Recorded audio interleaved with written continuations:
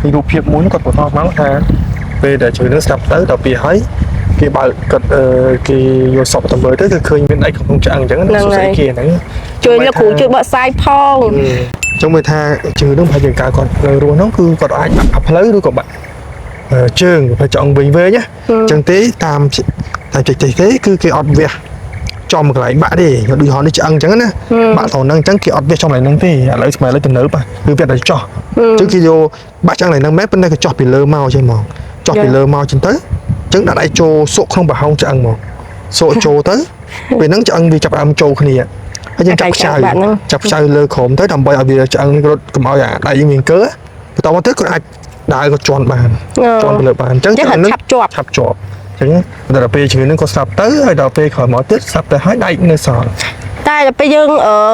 ពេលដែលមានរបួសហើយយើងដាក់ដៃវែងហ្នឹងហើយបើយើងអត់ដកចេញអត់អីណាមានបញ្ហាទេជឿទៅឆ្អឹងហើយដាក់ដៃចូលដៃទុកមួយជីវិតបញ្ហាមានការទៅតំណអត់មានចោតឆេះដល់អីហ្នឹងទុកមួយជីវិតបានប៉ុន្តែបើសិនគាត់ក្មេងចង់ដកចេញដកបានអញ្ចឹងណាហើយបើចាស់ទៅឲ្យគាត់ទៅព្រោះជួយទប់ឆ្អឹងដែរព្រោះឆ្អឹងចាស់អាចយើងពុកអញ្ចឹងបានដៃទៅក៏ជួយដែរយើងដកកាន់តែខ្លះវារំខានវាដៃនឹងវាទៅជាឈឺវាធ្វើទុកណាឈឺទៅឈឺអីសៀវផ្សេងក៏អាចដកបានដែរអញ្ចឹងបើសិនបើអត់មានធ្វើទុកអីទេទុកមានបញ្ហាទេ